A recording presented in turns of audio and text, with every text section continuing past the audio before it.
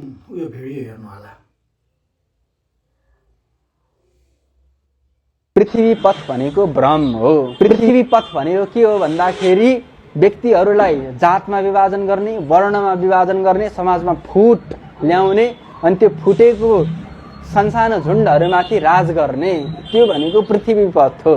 तर अहिले नेपालमा कुन व्यवस्था छ भन्दाखेरि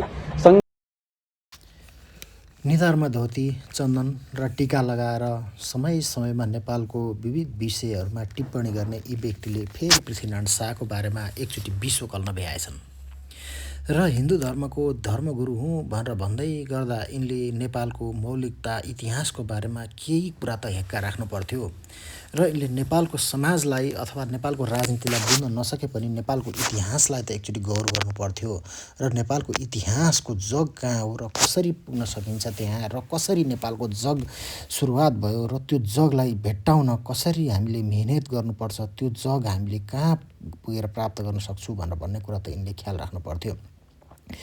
र इतिहास हामीले पढ्दै गर्दाखेरि पश्चिमेली जुन साम्राज्यवाद छ त्यो साम्राज्यको मूलभूत सार नै फुटाउ र राजगर हो।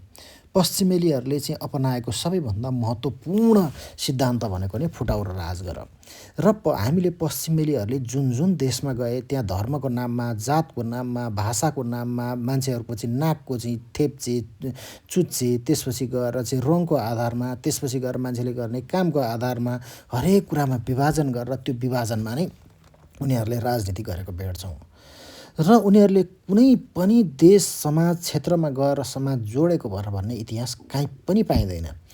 र हाम्रो नेपाली समाजलाई हेर्ने हो भनेदेखि राजा पृथ्वीनारायण शाहले जुन समयमा नेपाली समाजलाई जोडे, उनले नेपाली समाजलाई जोड्दै गर्दा नेपाली गोर्खाबाट झरेको एउटा 20 वर्षे ठिटो, 20-25 वर्षे ठिटोले काठमाडौँको नेवारको सभ्यता जोगायो, मिथिला क्षेत्रको मैथिली सभ्यता जोगायो, पूर्वका राई किराँतहरूको सभ्यता जोगायो, पश्चिमका गुरुङ तामाङहरूको र त्यसपछि गएर थारूहरूको सभ्यता जोगायो। त्यस्तो व्यक्तिले जोगाएको सभ्यतालाई यी व्यक्तिले पृथ्वीनारायण शाहले चाहिँ नेपाली समाजलाई फुटाउने भनेर एउटा आरोप लगाएका छन्। र हुन त पश्चिमेली इतिहासकारहरूले चाहिँ नेपाली समाजमा ज्यादै जो नायकहरू छन् उनीहरूलाई चाहिँ खलनायक बनाउने कामहरू गरिरहेका छन्। जस्तो पृथ्वीनारायण शाहलाई उनीहरू खलनायक मान्छन्, भीमसेन थापालाई उनीहरूले खलनायक मान्छन् र तिनै व्यक्तिहरूका अनुसारले होइन अध्ययनै नगरिकन र नेपाली समाजलाई बुझ्दै नबुझिकन ती महान व्यक्तित्वहरूलाई पनि खलनायक मानिदिन्छन्। मानौ उनीहरूलाई नेपाली समाजको वास्तविकता थाहै छैन। उनीहरूको बोली जुन छ, पश्चिमेलीहरूले बोलेको बोली, सिकाएको जुन कुरा छ त्यसलाई नै आफ्नो मूलभूत आफ्नो आदर्श मान्छन्।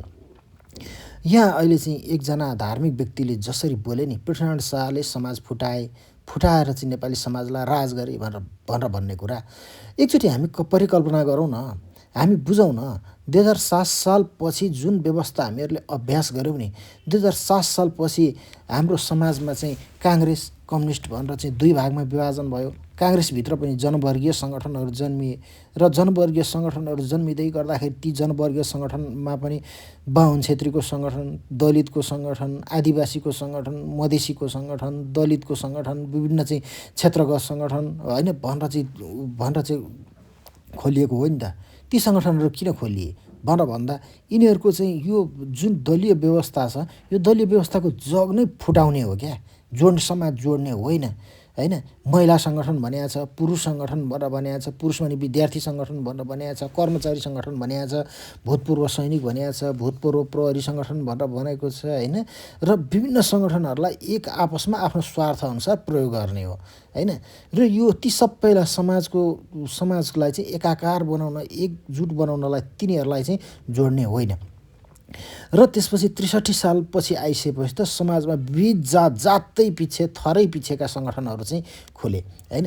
र यी व्यक्तिले कुन आधारमा भन्दैछन् कि पृथ्वीनारायण शाहले चाहिँ समाज फुटाए र अहिले चाहिँ दलहरूले जुटाए भनेर कुन आधारमा यिनले बोल्दैछन् क्या होइन। हामीहरू नेपालीहरूले नि अरूले लेखिदिएको, अरूले पढेको इतिहासलाई चाहिँ जस्ताको तस्तै बुझ्ने होइन होइन। हामीहरूले अब चाहिँ अलिकति चिन्तन मनन गर्नुपर्छ र अलिकति मौलिकतातर्फ सोच्ने पनि अभ्यास गर्नुपर्छ। मैले अघि भने नि र नेपाली समाजमा जसरी इसाईहरूबाट ठुलो खतरा छ नि त्यसै गरेर चाहिँ इन्डियन इन्डियन चाहिँ जुन एउटा दीक्षित धर्म हिन्दू धर्म गुरुहरूको चाहिँ दीक्षित व्यक्तिहरू छ त्यो अत्यधिक खतरा छ हैन। र हामीहरूले अभ्यास गरेको जुन सनातन हिन्दू सभ्यता छ यो हामीले अभ्यास गरेको सनातन हिन्दू सभ्यता र इन्डियाको हिन्दू सभ्यता फरक हो, एउटै होइन। र यो कुरालाई हामीहरूले चाहिँ एकदमै बुझ्नुपर्छ। यसको बारेमा अति धेरै बहस गर्नु पर्यो, कुनै बेला गरौँला। तर जुन इन्डियनहरूले मान्दै आएको चाहिँ जुन हिन्दूपन छ यो हिन्दूपन भनेर भनेको चाहिँ ठ्याक्कै पश्चिमेलीहरूले अँगालेको चाहिँ प्रणालीहरूसँग मेल खाने तरिकाले आफ्नो मौलिकता इन्डियन हिन्दूले आफ्नो मौलिकता गुमाइसकेको छ। त्यो हुनाले गर्दा यसले क्रमशः हाम्रो नेपाली मौलिकता धर्म संस्कारमा त यसले प्रहार गर्दैछ। यसले इतिहासमा पनि प्रहार गर्ने गरेको कुरा यहाँ प्रष्ट हुन्छ। अब हामी जागौँ, हामी बुझ्नपट्टि लागौँ र इतिहासलाई एकचोटि मनन गर्नपट्टि लागौँ। यदि हामीले यो कुरा मनन गर्न सकेनौँ भनेदेखि हामीहरूले हाम्रै नेपाली अनुहार बोकेका र नेपाली नै धर्म संस्कार जस्ता बोकेका व्यक्तिहरूबाट नै हामी नेपालीहरूलाई खतरा हुने देखिन्छ। हामीले हाम्रा महान पुरुषहरूलाई चाहिँ सम्मान गर्न सिकौँ, हामीले हाम्रो इतिहासलाई सम्मान गर्न सिकौँ, हामीले आफ्नो आदर्शलाई सम्मान गर्न सिकौँ र आफ्नो पहिचानलाई सधैँ उच्च राखौँ। होइन भनेदेखि हामीहरू कसैको उपनिवेश नभएको राष्ट्र चाहिँ भाषिक रूपमा, धार्मिक रूपमा र विविध रूपमा नै पछिल्लो समय जसरी गुलाम बन्ने चरणमा छ, अझै हामी त्यसको दुष्चक्रमा फस्नेछौँ।